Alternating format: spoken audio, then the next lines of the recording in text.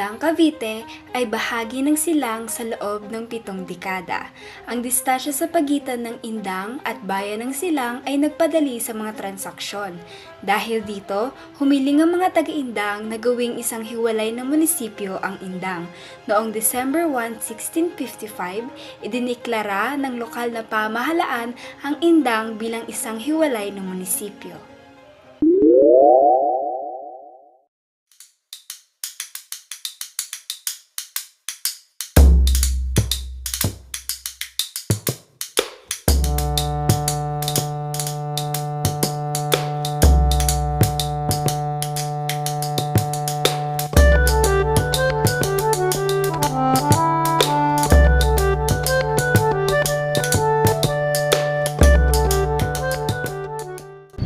Magandang araw! Narito ako ngayon sa inyong harapan upang ipakita at ipamalas ang ilan sa mga pinakamagagandang historical places dito sa bayan ng Indang! Kagaya ng Lumang munisipyo ng Indang, St. Gregory Parish Church at Bonifacio Shrine.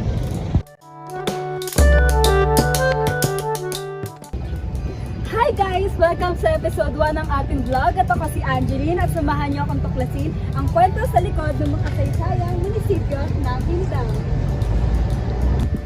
Alam niyo ba na ang munisipyo ng Indang ay itinayo noong panahon ng kolonyal ng Espanyol? Ang munisipyo ay nagpapakita ng impluwensyang arkitekturang Espanyol. Ito ay matatagpuan sa tapat ng simbahan ng parokya ni San Gregorio na pinakamatandang simbahan sa Cavite na mula pa noong ika-17 siglo. Alam niyo ba na dito namuno ang unang gobernadorcillo ng Indang? Na si Juan de Mabiling. Pagkatapos ng revolusyon, patuloy na nagsilbing sentro ng lokal na pamahalaan ang lumang munisipyo sa Indang. Gayunpaman, sa mga nagdaang panahon, nagtayo ng bagong munisipyo ang Indang. At ang lumang gusali na ito ay ginawang museo na nagsisilbing pamana at kultura ng bayan ng Indang. Sa kasalukuyan, ang lumang munisipyo ay naglalaman ng mga artifacts, lumang dokumento at exhibit na nagkukwento ng kasaysayan ng Indang. Ito ay nagpapatunay ng mayamang kasaysayan ng Indang mula sa pagiging baryo sa Silang hanggang sa pakikibakan ng Pilipinas para sa kalayaan.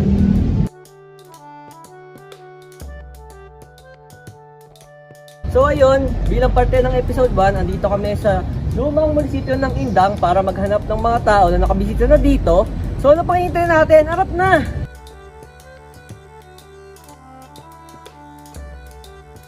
So ayun, magandang tanghali po. Pang ilang beses nyo na po nakapunta dito sa munisipyo ng Indang? So since natagal lang ako, maraming beses na. Pero yung mismo na mapasok sa loob ay yung mga tatlong beses. Hanggang sa taas, sa pinakataas, tatlong beses. The next question po is, ano ang unang impresyon nyo nung nakapasok kayo sa loob ng lumang munisipyo? Dahil fully renovated na siya. Super ganda. Tsaka maliwalas. At very clean. So yung next question po is, may mga bagay ba na pumukaw ng inyong interest o attention sa loob ng lumang munisipyo? Oo, lalo na yung mga nakalagay dyan sa loob na para mga figurine kung tawagin na. Yung parang pinaka-bumukal sa akin kasi nakadagdag ng nakadagdag ganda siya sa pagkaka-fully renovated ng lumang munisipyo. Maraming salamat. Thank you.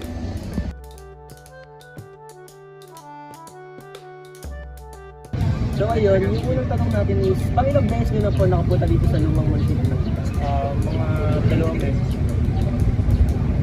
So yung next question is, ano yung unang impresyon nyo nung nakapasok kayo dito sa loob ng munisipyo?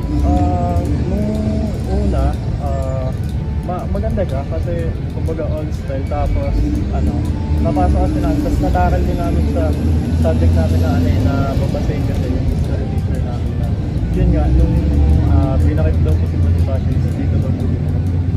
So yung last question is, ano yung mga bagay na pumukaw ng attention mo dito sa loob ng munisipyo? Yung niya po, yung kumbaga yung structure, yung architectural type niya na kumbaga minemaintain po talaga yung dati para kumbaga hindi na po nila binago. And yun nga, inaalagaan din po ng contemporary. So thank you very much. Muli, ako si Angeline at dito na nagtatapos ang episode 1 ng ating vlog. Anong masasabi nyo sa kwento at kasaysayan ng lumang munisipyo ng Indang. Hi guys! Welcome sa second episode ng ating vlog. Nandito tayo ngayon sa St. Gregory Parish Church dito sa bayan ng Indang. Indang, na dating tinatawag na Indan, ay isang hurinal na kapila o bisita sa silang sa ilalim ng mga Jesuita. Ayon sa marker ng simbahan, itinatag ito bilang isang misyon ni Angelo Armano noong 1625. Bago pa man ito maging ganap na parokya ay nagkaroon na ng debosyon ng parokya kay San Francisco Javier. Isang malaking bahagi ng simbahang bato ang itinayo sa panahon ni Luis Morales mula 1672 hanggang 1676 at natapos noong 1710. Ang taong 1851 ay isa sa pinakamalaking bahagi sa paglilingkod ni Diokno sapagkat karamihan sa mga barangay at kapilya ay naitatag sa Indang, Cavite. Nasunog ang simbahan noong Rebolusyong Pilipino laban sa mga Kastila. Ipinagawa ito muli sa pangunguna ni Mauro de Leon noong 1953 at Cornelio Matanggihan noong 1987. Pagpasok sa simbahan, makikita agad ang mga pintuang may magandang ukit kasama ang mga kahangahangang ukit sa balkon ng choir loft. Itinayo noong ika-18 siglo, mayroon itong kahangahangang mga trompe-l'oeil na paintings na kulay rosa sa kisame. Makikita rin ang mga lapida sa mga dingding at haligi ng simbahan. Ang retablo ay may 3 antas sa mga niche para sa imahen ng mga santo.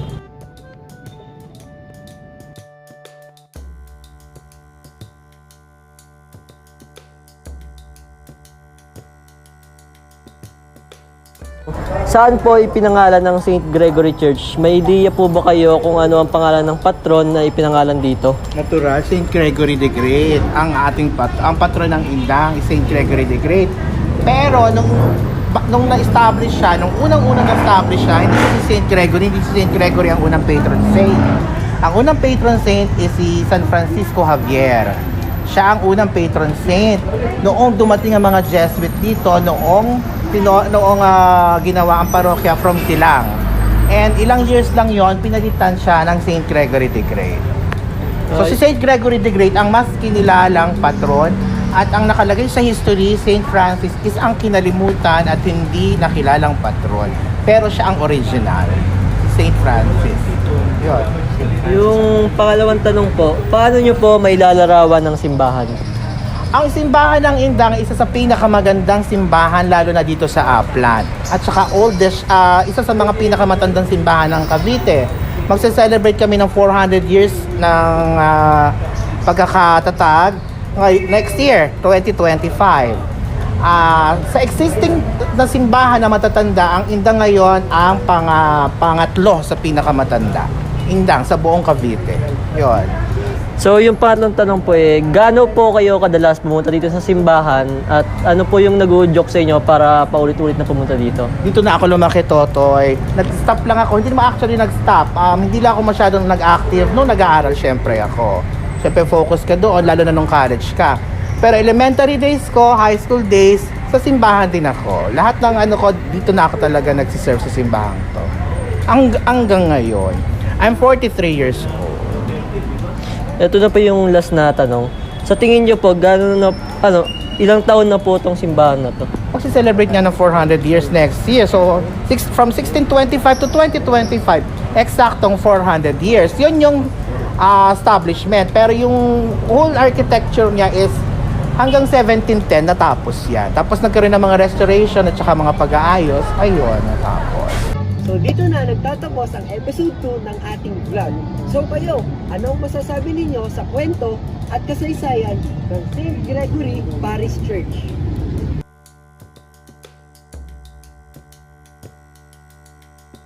Hi guys! Welcome sa huling yugto ng ating vlog. Ako nga po pala si Kevin at nandito tayo sa Bonifacio Shrine sa Barangay Limbon, Indang, Cavite. Ang Bonifacio Shrine ay isang tanda ng lokasyon ng Bahay Kubo na kung saan ay sinasabing dito nahuli at nadakip si Andres Bonifacio ng mga sundalo ng kanyang kalabang politikal at kapwa katipunero na si Emilio Aguinaldo noong taong 1897. Dito rin malubhang nasugatan si Andres Bonifacio matapos siyang barilin ng isang sundalo habang siya ay kinakaladkad papunta sa kabayanan ng Indang upang ikulong. Ang parke ay may estatwa ng isang nagulat na si Andres Bonifacio na hawak pa rin ang kanyang pinagkakatiwalaang bolo at sa kanyang likuran ay iba't ibang watawat ng katipunan. Sa kasalukuyan, ang mga saysayang bahay kubo ay hindi nakaligtas sa pagsubok ng panahon. Kaya naman ito ay pinalitan ng isang maliliit na pampublikong parke na kung saan ito dating nakatayo. Bonifacio Shrine ay hindi lamang nagbibigay parangal sa isang pambansang bayani, kundi ito ay nagsisilbing simbolo ng katatagan at dedikasyon ng mga Pilipino sa ating kasaysayan.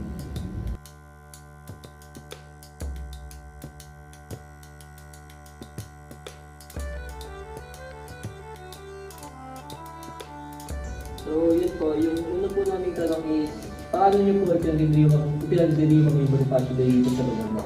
So, magandang hapon sa inyo. And then, salamat din sa pagpunta. And then, ako magpapakalala muna. Ako po si Louie, ang tourism staff dito ng munisipyo ng Indang. And then, tagapangalaga ng rin po ng Bonifacio Shrine. And then, sa question po ni Sir, is paano po natin mag-deliver ang Bonifacio Day dito? Is nagkakaroon po ng ceremony, and then pag-aalay ng bulaklak, and then pag-alala sa kanyang mga nagawa sa bansang Pilipinas kung paano rin tayo nangalayan. Yung pangalawang tanong po namin is, ano po ang dahilan kung bakit itiyatag itong Bonifacio Shrine dito sa Indang? So, kung bakit din tinatag dito yung Bonifacio Shrine is, sabihin na nga natin, is according sa history, is dito nga sila dinakay ng kanyang kapatid na kasama si Seriacos, si Procopio, and then ang kanya lang ang Mini. So, sa pinagtibay nga ng pag-uutos ng Pangulo ng Pilipinas, si Emilio Aguinaldo, pinag-utos niya na dito yung pinatakip. So, and then, sa paglipas ng panahon is dineclare nila na historical site na ang Bonifacio Shrine ng Bayan ng Indang, located at Barangay ng Lipon ng Cavite. Yung pangatlo po namin tanong ay, ano po ang inyong personal na karanasan dito sa Bonifacio Shrine? So sa personal namang karanasan is eto, kung ano yung naman napag-abutan, yun na lang. Kasi sa karanasan naman dito, wala rin mga ibang nangyaring mga karanasan.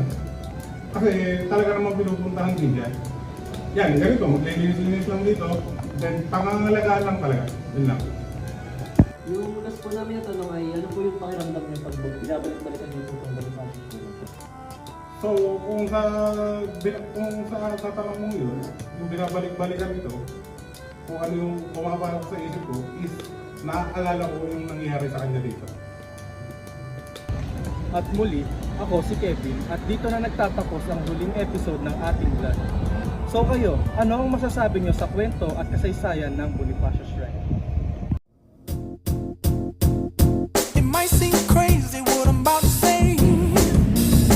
So dito na nagtatapos ang ating vlog patungkol sa mga iba't ibang historical places dito sa Bayan ng Indang. And comment down below para sa mga susunod na historical places na gusto naman namin puntahan.